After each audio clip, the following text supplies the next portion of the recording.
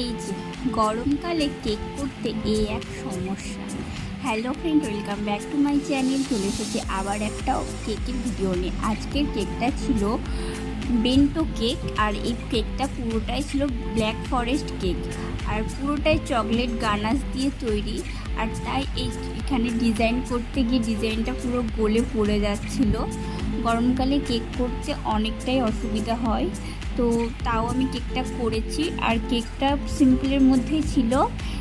একটা দিদি অর্ডার করেছিল, তো পুরো কেকটাই ছিল একটা কাস্টমাইজ কেক। আর কেকের ফুল ডেকোরেশনটাও তোমাদের সাথে শেয়ার করলাম, কেমন হয়েছে জানিও। আর কেকের ওপরে লেখা ছিল উমা, একটা বোনের বার্থডের জন্য এই কেকটা অর্ডার করা।